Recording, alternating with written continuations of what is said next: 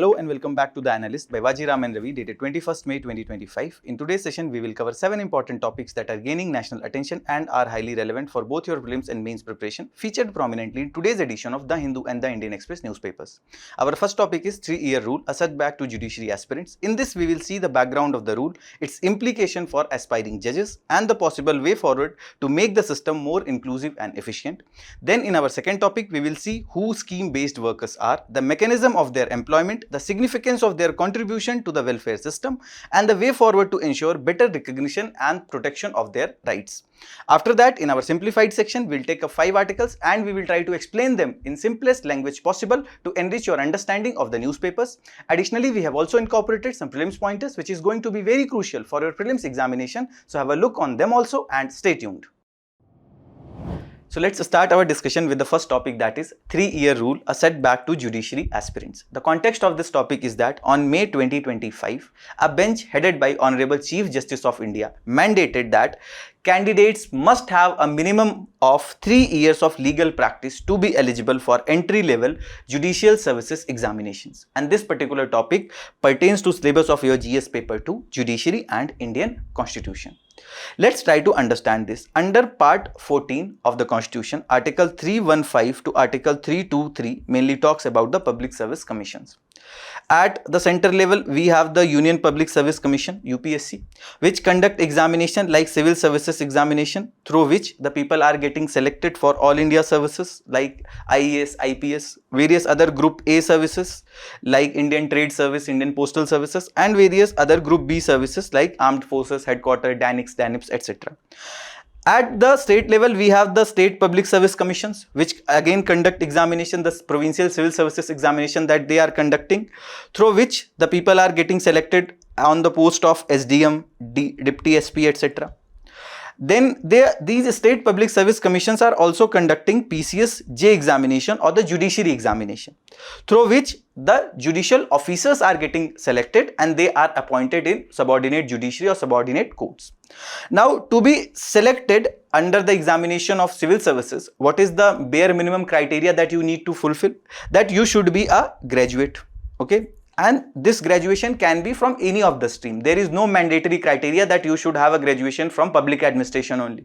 Rather, you should be only a graduate and you should have already completed 21 years of age. These two are the bare minimum criteria. And this is the same criteria which is applicable in the PCS examination for the post of SDM, DSP, etc. There are some physical requirements for the DSP. But for judiciary examination, person should be law graduate and they must have completed 21 years of age.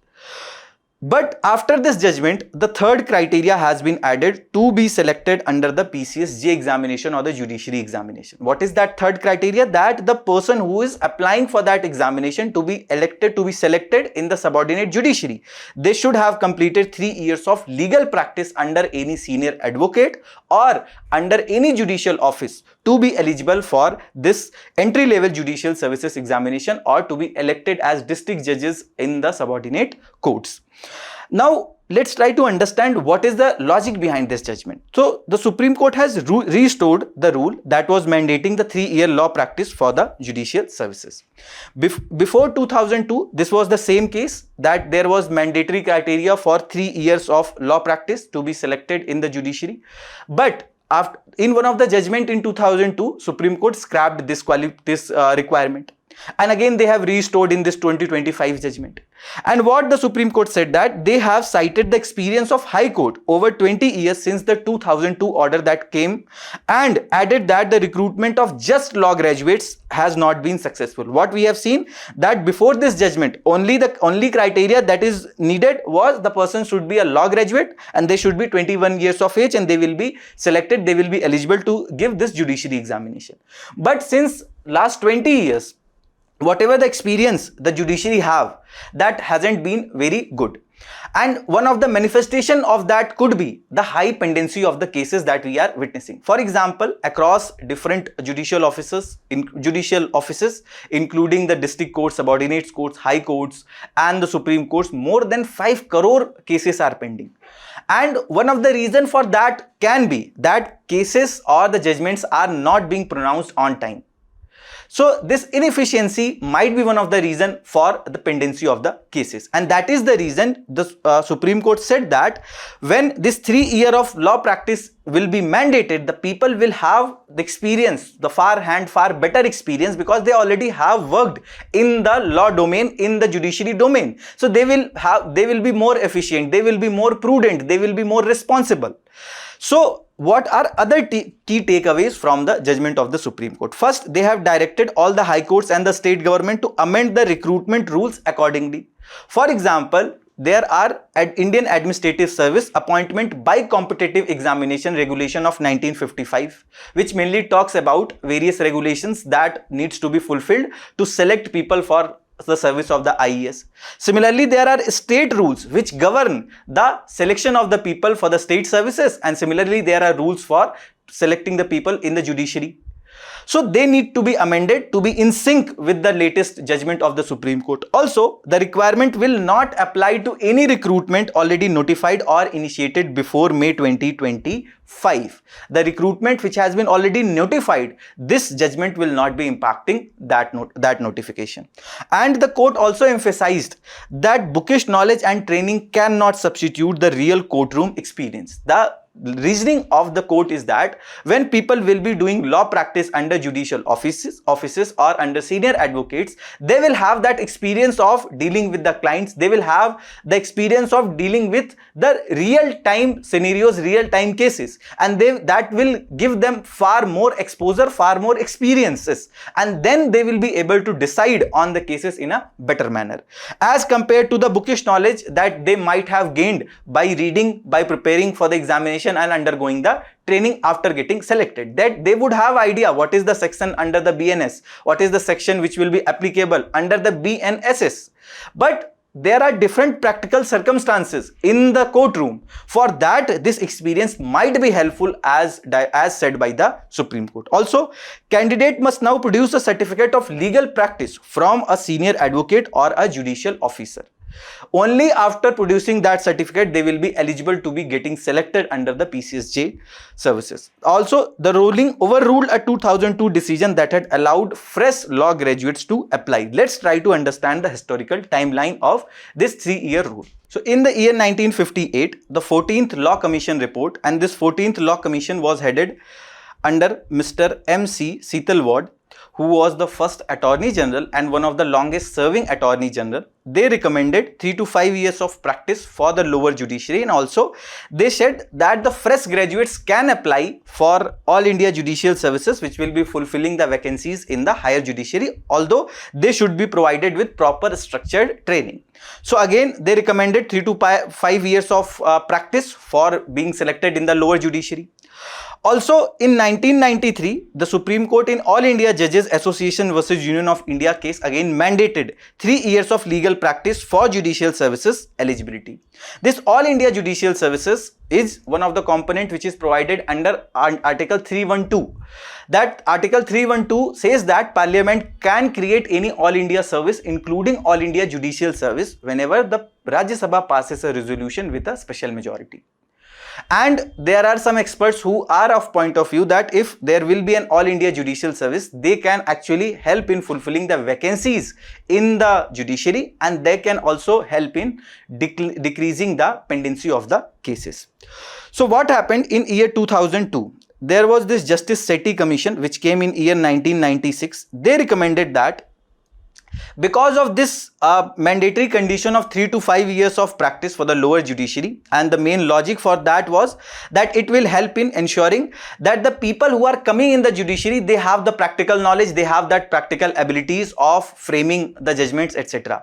This hasn't been helpful in attracting the fresh talents, because the age or the average age of the people who are coming in the judiciary, they have the age of 20 to 30 years and with 4 to 7 years of experience, and that is the reason we are not able to attract the young talents. This was said by the Justice Sethi Commission, and because of the recommendation of Justice Sethi Commission, this Supreme Court removed the 3-year practice requirement to attract the young talent, so that young people after just getting graduated, the fresh graduates can apply and they can be part of the judiciary, and they can give a longer tenure, they can have longer tenure in the judiciary. But again, in year 2025, Supreme Court reinstated the 3-year practice rule of which was scrapped in year 2002, and because they have emphasized need for practical experiences. So what are arguments in favor of the 3-year practice? So Supreme Court said that the appointments of fresh law graduates has created various problems. For example, judges from very first day itself, they assume service, they deal with the matters of life, liberty, property, and it cannot be answered only with the basis of the rote learning or knowledge of the books itself. Rather, when a person who have a 3 to 5 years or more than 3 years of legal practice or legal experience, they will actually get an idea about the various judgments that are there related to different cases. They will also have better experience of dealing with the clients. They will also have better observation skills related to the evidences, etc. So the maturity and the responsibility that will come, that will help in giving better judgments. Also, judicial service entrants must undergo a year of training before presiding in a court. That after getting selected, there should be mandatory condition of going through training, so that they can understand various nitty-gritties of judicial offices. Also, what are various other arguments in favor of the 3-year practice that is needed to be selected under the judiciary?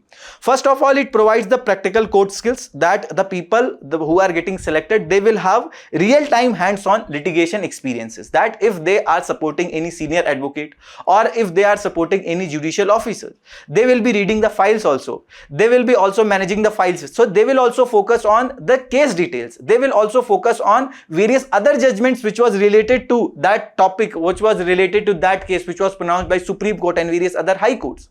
So that will ensure that the person is becoming much more responsible, much more mature. They will have the practical knowledge of different cases, and that will be highly beneficial for that person in the future course of action. Also, they will have the client understanding, that when they will have the real case interactions. For example, whenever the person is getting selected in the civil services or in the judicial services, they will have to deal with the people, and any of the person cannot deal in a same manner as he is dealing with the 80 years aged person, 24 years aged person and a 14-year young person. We should have a different experiences to deal properly with different kind of situations which we will be subjected to while being in the service.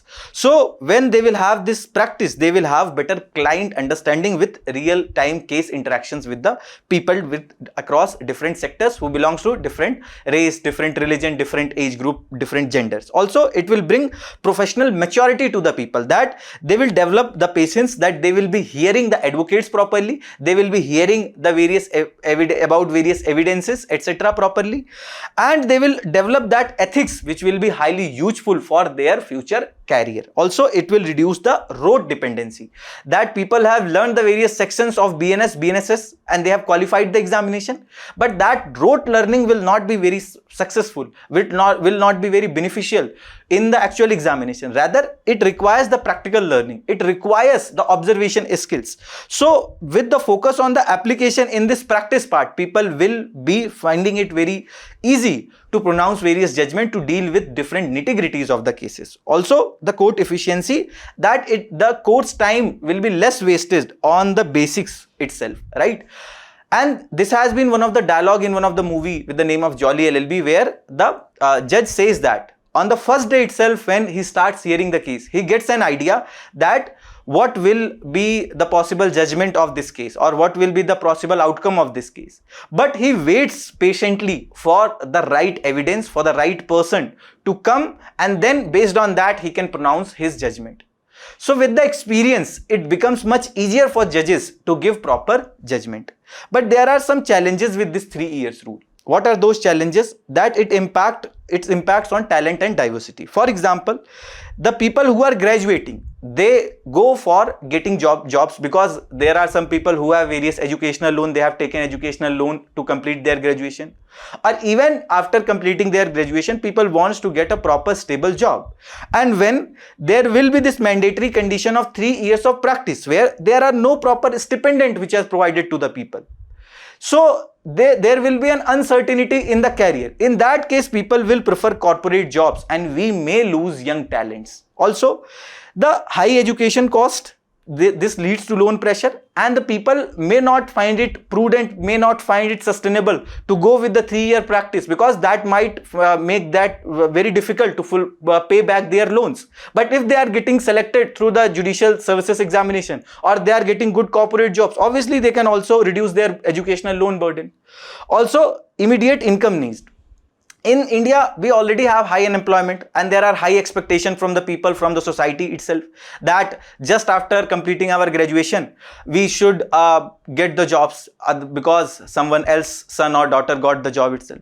So this pressure will further mount when we will have to go with this 3 years of practice. This further we need to show that patience, and in the first attempt itself, after completing the 3-year practice, there is no certainty, there is no guarantee that we will be getting the job. So that might further create further pressure on us also, and also the expectation will become much higher from the people. Also, it will deter the bright minds, that they might find it more sustainable to switch to corporate jobs, to various MNCs, etc. Or they might look for various other jobs in various other countries which can give them, or which can offer them, better packages. Also, marginalized groups will be affected. As of now itself, if you look into this, the number of judges which are appointed in High Court from 2018 to 22, the number of people belonging to the scheduled tribe, scheduled caste and the other backward classes, minority, number of people who are belonging to the women categories, they are very less.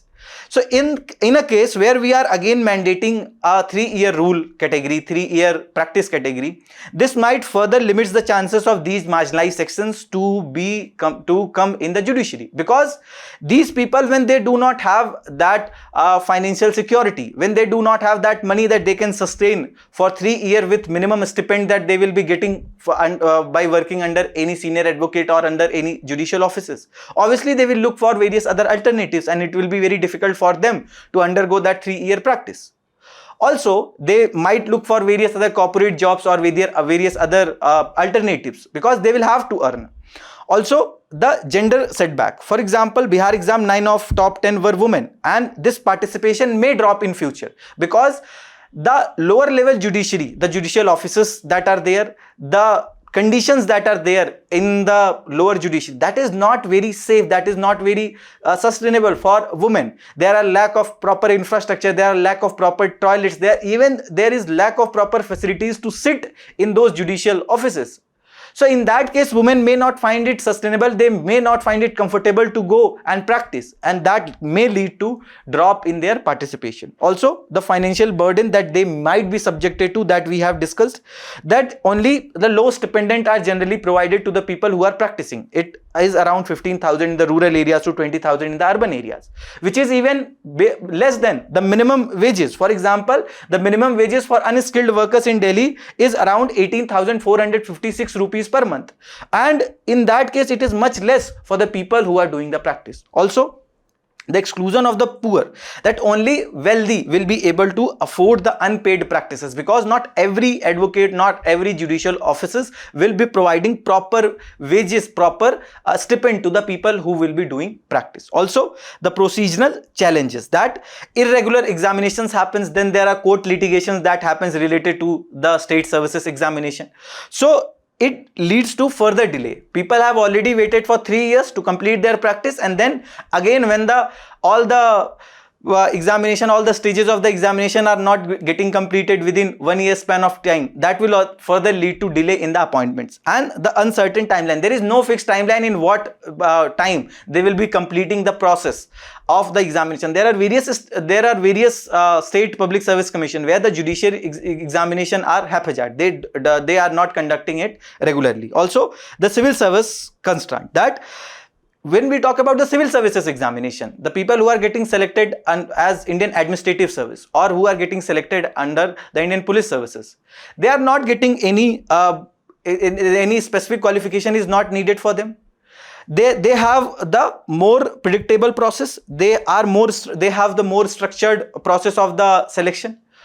But after getting selected, they are provided proper training. For example, the people who are getting selected in Indian Administrative Services, they get proper training in the Lal Bahadur Shastri Academy of Mussoorie. The people are getting the Indian Police Services training in Hyderabad, where they are subjected to all the practical experiences, all the real-time experiences, the theory and the practical knowledge both are given.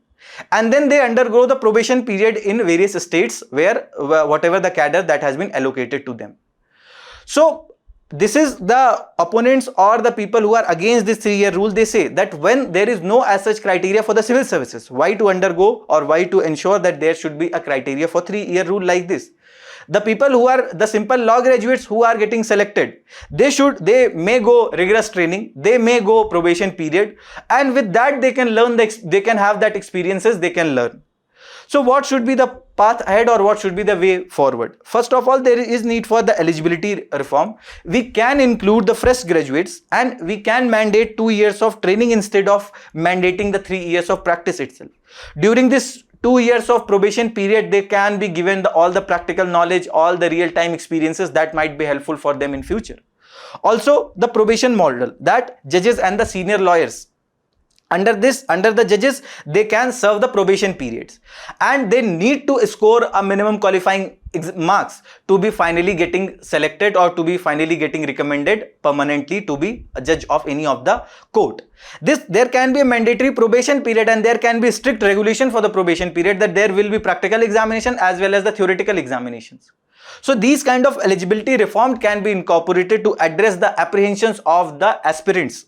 Also, the examination overhaul, that there is need for reducing the rote focus, because the rote learning that they have done already, that is only or more or less that might be helpful majorly in the examination process itself. But after getting selected, the practical knowledge would be more important, that how to actually formulate the judgment, how to actually draft the pleadings, appreciate the evidences, how to write the judgments, that will be much more important, and for that the practical knowledge will be important. So in the examination itself, there can be more what you can say improvements that can be done. For example, in the civil services examination, in the ethics paper, general studies paper 4, you have various case studies that are asked, that actually gives an idea to the examiner about your opinion, about your ethical traits. Similar kind of case studies can be incorporated in the judiciary examination itself, that they can be asked to write judgments, they can be asked to write the observation about the particular case.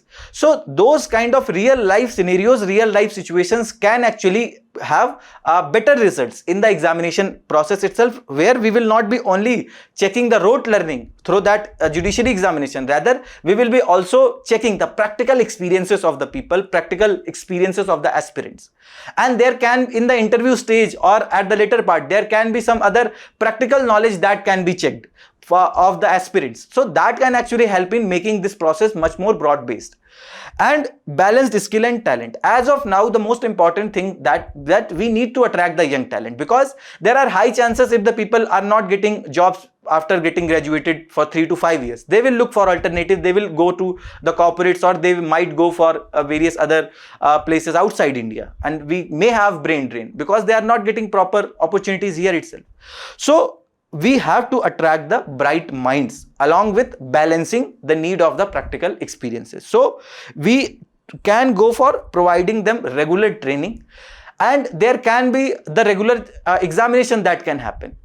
And non-performing people or the non-performing judges can have the mid-term training programs that can be provided. So structured training can build real-world skills. In the training itself, there can be a mock code that can be set up, and in that mock code, there can be various experiences that can be provided to these people who have been selected as fresh law graduates.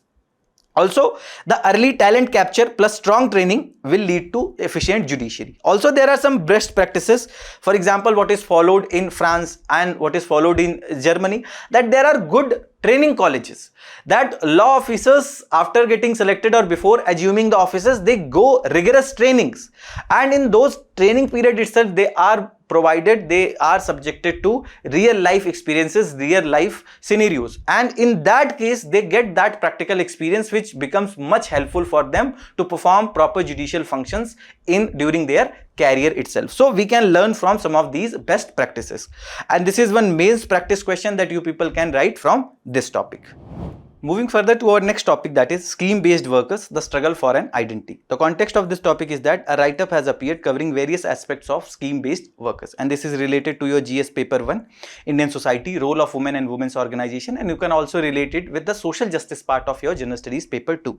So what exactly are the scheme-based workers? The workers who got the job or who has been appointed for the specific scheme. For example, if we have the ICDS or integrated child development schemes, under this we have the Anganwadi workers or AWWS, and we have the Anganwadi helpers. Also, let's suppose for the midday meal schemes, we have the midday meal workers who are cooking the meals, and then also we have the accredited social health activists or ASHA workers who are ensuring the institutional delivery of the pregnant women. They are also helping in fulfilling the idea of the universal immunization. They are, for example, Pulse Polio Abhiyan or the immunization, etc., that is being ensured by the accredited social health activists. And as of now, we have around 13.5 lakh Anganwadi workers, 9.2 lakh Anganwadi helpers, and 10.5 accredited social health activists, and more than 25.1 lakh midday meal workers who are cooking the meals for the students in the primary schools. Now, this much of people are scheme-based workers. They are not the permanent employees of the central government or the state governments. Also, they do not have a proper contract. So what are the major issues that they are facing because of this? First of all, they have the poor wages, low wages. There is a fixed income as well as incentive-based income that they are getting. They do not have the social security benefits, that they do not have much provisions, or they do not have any provision at all related to the health insurance, related to the pensions, etc. Also, they do not have any job security, that there hasn't been any contract which they have signed. Based on that, they can have a surety that, okay, we will continue till the 60 years of age. So because of all these issues that they are facing, there has been consistent strikes, consistent protests that happened across various states. That happened in Chhattisgarh, that happened in Kerala also. So the ASHA workers, they are the food soldiers. In 2005, Government of India's National Rural Health Mission launched the Accredited Social Health Activist Program. So to fulfill the idea of this scheme of government, National Rural Health Mission, this particular workers were created. Office of these workers were created. There are around one ASHA worker for 1000 people, and they are generally in Gram Sabha or in every village. And they have the responsibility to be the health educator, that they are providing learnings related to the contraceptions and various other do's and don'ts for family planning, etc. They also implement various other schemes on ground. They promote family planning. They facilitate services like antenatal checkups, postnatal checkups, immunization, sanitization. They promote hygiene. They also conduct surveys related to the childs that are there in that village or in that Gram Sabha. Also, they monitor COVID-19 patients, that whether they have been undergoing the quarantine or not, whether they have taken all the doses of the vaccines or not. They also convince the villages for COVID-19 vaccines, among others. Now, there are various challenges that they are facing. For example, they do not have the proper infrastructure. There is no proper support that is provided to them. They have to walk on foot at least 15 kilometers every day. They do not have any bicycle. They do not have any other automobile facility. Also, they have the low salaries. They do not have even the proper safety kits during the COVID-19, and that had led to deaths of various other ASHA workers. And some before COVID-19, their working hours were around 2 to 3 hours a day. But post COVID, they have been subjected to more than 9 to 10 hours of a day of the work. But because they have been overburdened with the work, but their salaries are only around 4,000 to 5,000 rupees per month. Plus the incentives are there, but these incentives are not certain. They are very haphazard. So this lack of proper job security as well as lack of proper income security is one of the major challenges these ASHA workers are facing. And this 5,000 rupees, around 5,000 to 15,000 rupees is the average income that the ASHA workers are generating across different states based on the different incentives that they are getting.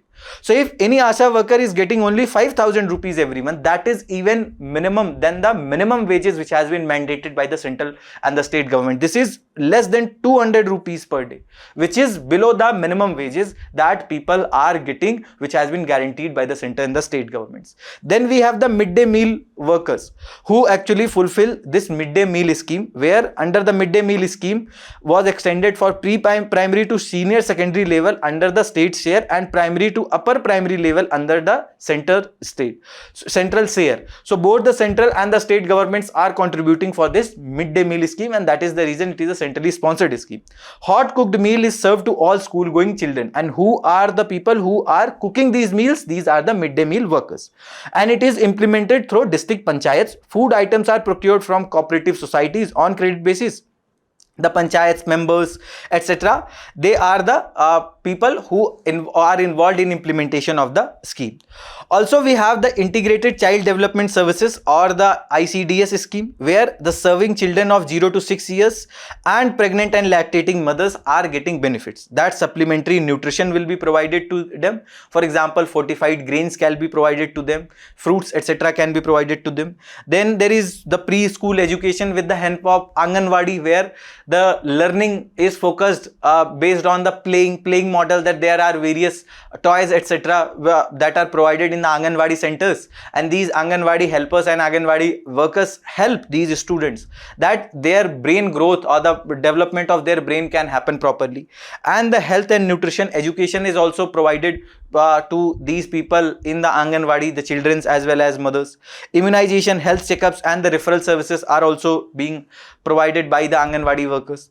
So with the help of all these schemes, we are actually fulfilling various other social developmental goals ideas. For example, the idea of the no poverty, or idea of zero hunger, or idea of the proper health. Okay, so all these are getting fulfilled, and this has also helped in improving our various social sector indicators. For example, our infant mortality rate, our maternal mortality rate, that has improved. The poverty rate has declined significantly. The malnutrition has declined significantly. The immunization has improved significantly. All these has been possible only with the efforts of ASHA workers, then Anganwadi workers, as well as the midday meal workers. But still, there are various challenges they are facing, and despite that recognition that this accredited social health activists, they are more than 1 million female volunteers, and they have been honored for their crucial role in linking the community with the health system. And this is the recognition which was given by the World Health Organization. And after that, our Honorable Prime Minister also highlighted the recognition, or they also recognized the works of these ASHA workers.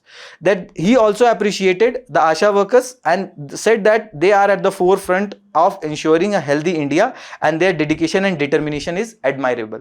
Despite recognition, they are still facing various issues. For example, they do not have a worker status. They have been denied the official recognition. Also, they do not have proper contract. Based on that, they can think that they have a proper job security, they have proper income security. They also are getting the low wages. As discussed, that around 5,000 to 15,000 rupees are the income which is the ASHA workers are getting, and for the other Anganwadi workers, midday meal workers, it is much less, which is even less than the minimum wages which has been mandated. So that is again, will people or the women who are working under this, they find it really unsustainable to go with these kind of jobs. Also, they lack the social security. For example, the unfortunate deaths which happened of the ASHA workers during the COVID-19. Why? Because they do not have the proper PPE kits. They do not have proper safety gloves. So when they do not have the proper social security, there was no health insurance, or there was no any life insurance which was provided, or any money that was provided on account of their deaths during work in the COVID-19. Obviously, exceptions lie with some states where they have supported, but generally we do not have any social security benefits like insurance, life insurance, or the pensions like benefits. Also, in some states, gratuity have been mandated, gratuity have been given to some of the ASHA workers. So this is one of the major issue, that is they do not have the social security. Also, the irregular payments. There has been various reports of the delay in the payments that is being done. Also, the irregular and the inconsistent salaries that are being provided to them.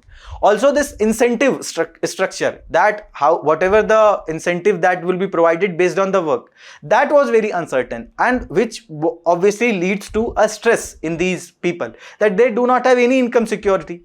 And this irregular payments, lack of proper incentive is again a major issue. Also, the limited career growth. There are lack of proper measures or lack of proper future growth projections, that they can be promoted to some better jobs, or they can be promoted to worker status or permanent employment. There is nothing such as which can lead them to a better growth, or that can lead them to a better career.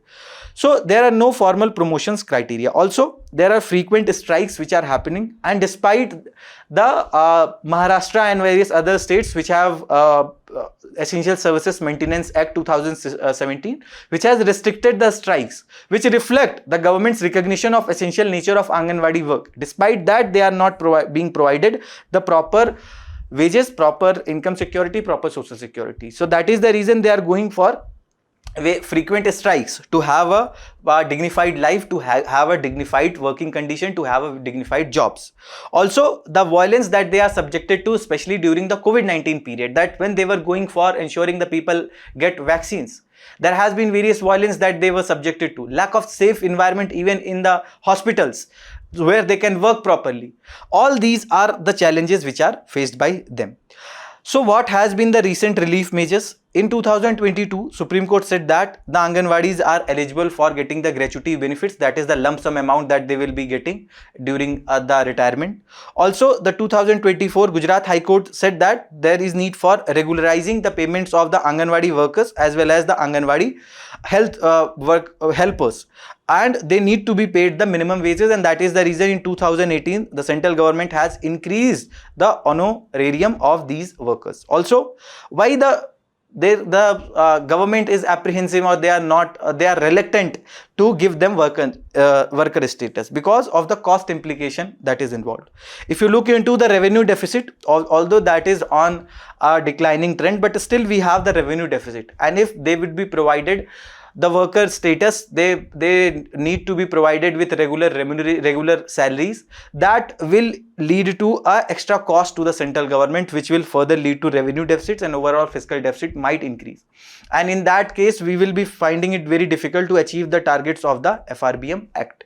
So because of this cost implication, the governments are reluctant to give them a proper working status. Also, the nature of the job and the recruitment, that their recruitment process is not that stringent. They are not giving proper formal exams, and based on that they are getting recruited general. Rather, there are more liberal recruitment processes for their recruitment, and that can be one of the reasons why the government is not giving them proper working status. Also, the privatization that government is thinking, some of these programs like management of the midday meal scheme or management of integrated child development services, that can be done better with the help of private sector integration, because they will bring new technology, they will bring more fresh talents, they will bring more efficiency.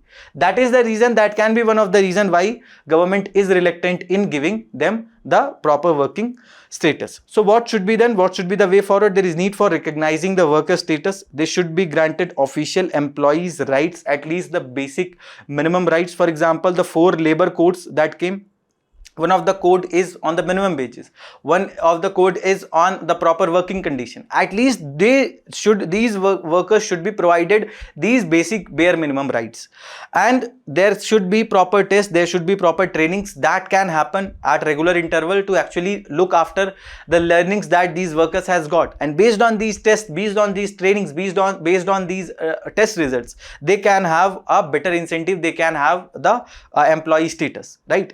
Because that will also give them an incentive, or that will motivate them to learn properly, work properly, because they have at least one of the source that they can be promoted by the help of this test. Also, there is need for ensuring the minimum wages, uniform pay needs to be promoted across different states. Also, the provisions of social security can be incorporated, the provisions of pension, health insurance, provident funds, etc. can be incorporated. Also, there can be regularized employment, that they can be converted to permanent government jobs, although with after undergoing regular test or some examinations. And there is need for strengthening the training, so that they can address the new challenges, new age challenges that are coming, whether it is related to new cases of the diseases that are coming, or new cases of epidemics or the pandemics that are coming. So there is need for skill development programs, with the help of which they can enhance their learnings. Also, there is need for enhancing the dialogue, that there can be proper negotiations between the various organizations which are representing these workers and civil society organization, non-governmental organizations, state governments and the central government, so that their issues can be addressed in a time-bound manner, and that too in the interest of these workers. Also, we can adopt some global models. For example, Brazil Bolsa Familia, where there are incentives that are provided to the families based on the improvements that they have done across different indicators, social indicators like the educational health improvements that they have done, immunization if they have completed. So similar kind of incentives, better incentives can be provided to these workers, that if there will be a drastic improvement, visible improvement that will come, there would be a guaranteed incentive that will be provided to these workers. Also, the Kerala and the Tamil Nadu have improved the honorarium. They have also, some of the states have also incorporated some kind of social security benefits which can be replicated by all the states. And this is a mains practice question that you people can write from this topic. In our simplified section, the first topic is getting on the green track, and this is related to your GS paper 3 infrastructure, and this has appeared in today's The Indian Express page number 13. So the writers of this editorials are of the view that if we will shift to rail transportation, it will be highly beneficial for our transportation sector as well as for our economy. It will be also beneficial for our environment. How? For example, the sector-wise carbon dioxide emissions, if we look in India, transport sector contributes almost 13.2% in the carbon dioxide emissions that are happening in India. Similarly, transport sector is one of the highest contributors of greenhouse gases that we are emitting in India in the environment. So why these greenhouse gases are emitting? Because of the fossil fuels that we are using, because of the high number of private vehicles that we are witnessing on the roads. So the writers are saying that if we will shift to the rail transportation, which will be powered by the electricity, and that electricity will be also coming from the clean sources like the solar energy or the wind energy. So the solar and the wind energies on the basis of solar and the wind energy, whatever the electricity that is getting generated, which is powering the rail transportation, will further help in achieving our nationally determined goals or the NDCs, and that will also help in achieving our targets of net zero by 2070, because we have reduced the greenhouse gas emissions because of shifting to cleaner fuels, because of shifting to the rail transportation which is fueled by the electricity which is coming from the clean sources. Also, the cars, buses that we are witnessing on the roads, if we will shift to the cleaner rail transportation, this number of vehicles will also be reduced on the roads, and that will also help in ensuring that the people are shifting to the cleaner transportations like rapid rail transportation system or RRTS, or they are shifting to the trains. In that case, the emissions will also be reduced and the people will be able to save money. For example, the people who are living in Delhi, just think of the situation if there would have been any metro. So the the amount of expenditure that people will have to do every day on the autos or on the private or the public transports, etc. Because of the cap on the metro fare, the people find it sustainable, people find it affordable to commute from one place to another place. As well as these rapid rail transportation system, metro system has significantly helped in reducing the carbon emissions, greenhouse gas emissions, because people have stopped using their vehicles because already they were being stuck in the traffics, etc. Also, it will reduce the transportation time, it will reduce the logistics cost, because the rail transportation will help in ensuring that the cargo is reaching to its destination within due time itself. And for that itself, the dedicated freight corridor has been developed. One such is the Western Dedicated Freight Corridor, which has been developed from Dadri to JNPT, and then the Eastern Freight Corridor, which is being developed from Ludhiana to the Sonnagar or further to Mughal Sarai, and then to Sonnagar, and then in the PPP mode we are extending it to Dankuni. So these dedicated freight corridor has significantly reduced the time of the cargo movement. Similar kind of things we can do for the passenger transportation also, because when people will find it that they are able to save the time by shifting to the rail transportation, public transportations, so they will shift to these transportation, and that will help in reducing the carbon dioxide emissions, that will help in reducing the greenhouse gas emissions, and people will be able to save much of their income. And when they will have the high disposable income, the household consumption expenditure will also increase, and that also they will be able to spend in the economy, and that will lead to an overall economic growth. Why? Because the four components of the GDP that we have already discussed was, one of the aspect was household consumption expenditure, second was private investment, third was government spending, and then that was we have the net of the exports. So when household consumption expenditure will increase, why? Because they are saving money, because they have shifted to rail transportation, they have shifted to the rapid rail transportation system, or they have shifted to the metro, and they are now not spending on the petrols, diesels of their vehicles. So they are saving money, they will be spending that in the economy, and that will lead to overall economic growth. Then the next topic is Jal Jeevan Mission, and this is related to prelims, important government schemes, and this is also related to your GS paper 2, government policies and interventions, and this is related to your Indian Express page number 1. So on Monday, the government issued an order for 100 inspection teams to fan out across 135 districts in 29 states and union territories. Why? They will actually look after various tenders that were given to under the Jal Jeevan missions, because there has been various allegations, there has been various reports of cost overruns, that these tenders were given without due consideration. There were all the mandatory conditions were not followed properly. For example, the cost, especially if we talk about some 24 schemes, the estimated cost was 34,421, whereas the delivered cost is around 40,312. There has been consistent cost hike across various components of this scheme. So that means there has been an inflated cost of each aspect of the development of this scheme. So high cost of tenders that were given. To check this, there has been various inspection teams that has been made by the central government. So what exactly is this Jal Jeevan Mission, whose main idea is to ensure Har Ghar Jal, a piped water connection to every household? First of all, this is under Ministry of Jal Shakti, and it is a centrally sponsored scheme. Objective is that no one is left out, thus ensuring tap water supply to every rural home by 2024, that piped water supply to all rural households by 2024, and it will also lead to an integrated demand and supply side management of water at the local levels itself, so that we will be rejuvenating the ponds, and the watershed developments might also happen, so that the local resources can also fulfill the needs of the people. Also, it will converge with other central and the state government scheme which were there in fulfilling the idea of the prudent use of the water. Also, the creation of local infrastructure for rainwater harvesting, groundwater recharge, and management of household wastewater for reuse in agriculture.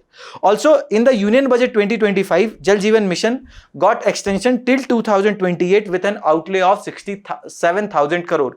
But because of the inflated cost that we are witnessing, there are apprehension that this amount will not be sufficient. Also, it is aligned with our sustainable development goals that there will be adequate quantity, 55 liters per capita per day availability of the water, reliability of the water will be there, regular and the safe water will be supplied. Also, the equity and the inclusivity, that no one would be left behind. Also, the sustainability, that sources system and the financial system will be sustainable, that it is coming from the sustainable sources. We are extracting the water sustainably without impacting the groundwater depletion is not happening.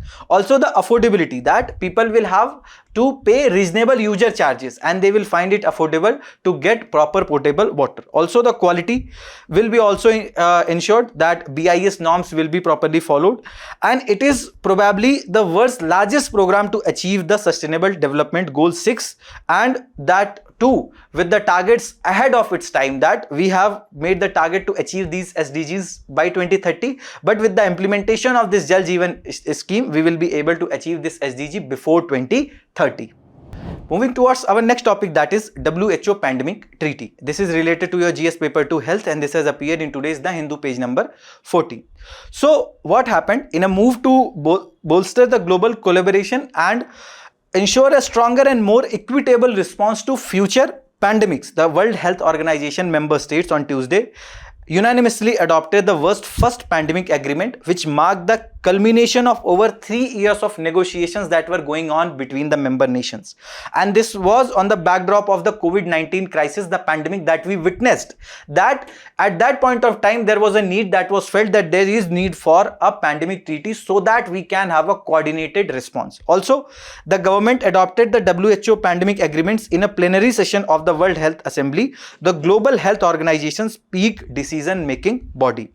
The landmark decision by the 78th World Health Assembly is the culmination of more than 3 years of intense negotiations that happened between the member states, and the agreement sets out the principles, approaches and tools for better international coordination across range of areas, whether it is the sharing of the knowledge, whether it is the sharing of the vaccines, etc., or it is the sharing of the best practices.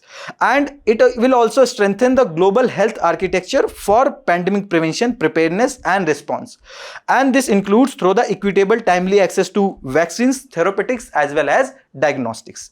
And if we talk about the WHO or the World Health Organization, it was established on 7th April 1948. Its headquarters is in Geneva, Switzerland, and it is one of the parent organizations of United Nations. And as of now, Dr. Tedros is the Director General of WHO.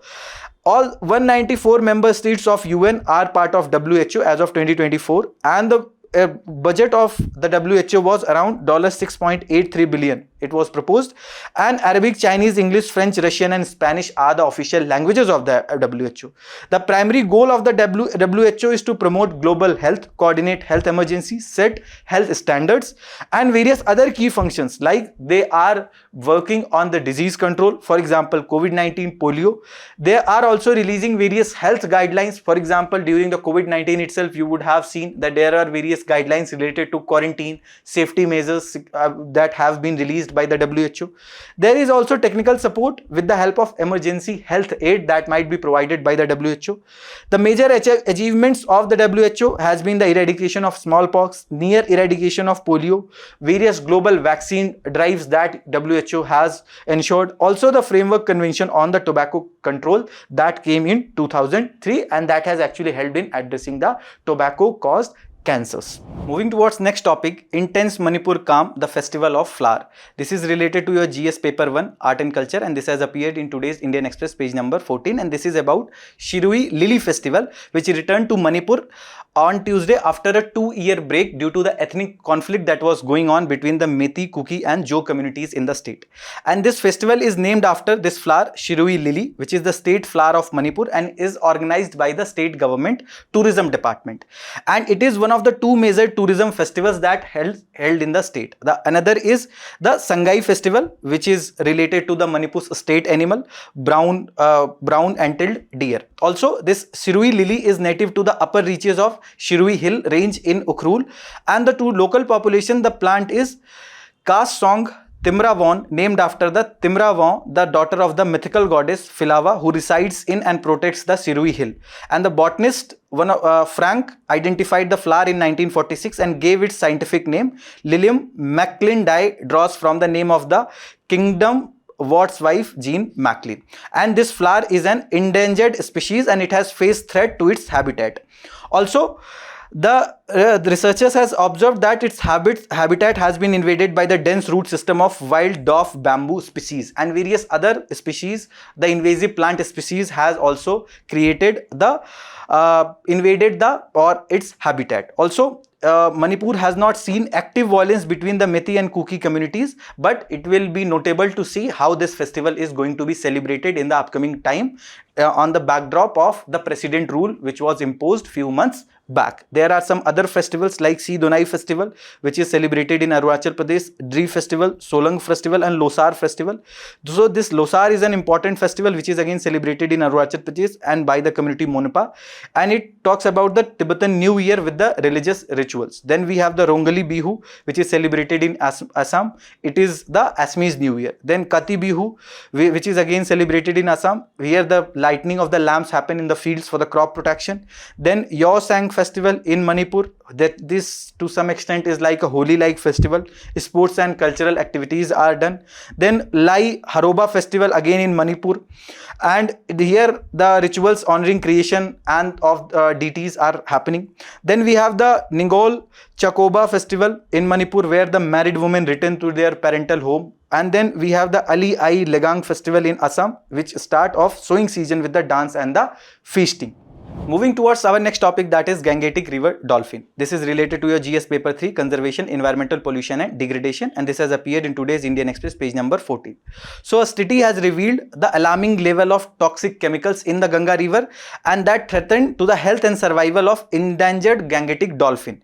And it is because of the high amount of endocrine disrupting chemicals. So endocrine are the glands that releases the hormones. So these are some of the chemicals, and which are mainly the herbicides and the pesticides, like some of the dioxin or bisphenol A or the PFAs or the pesticides, etc., or the flame retardants, which are going because of the water pollution that are happening, because of the industrial release that are happening in the river waters.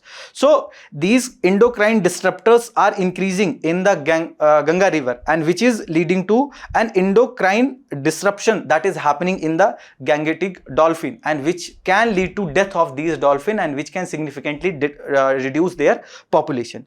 So these endocrine disrupting chemicals are particularly worrisome, as they can disrupt the reproductive functions in mammals and persist in the ecosystem, and dolphin health was found to be a high risk from the pollutants like arsenic, mercury, cadmium, as well as various other endocrine disruptors like bisphenol.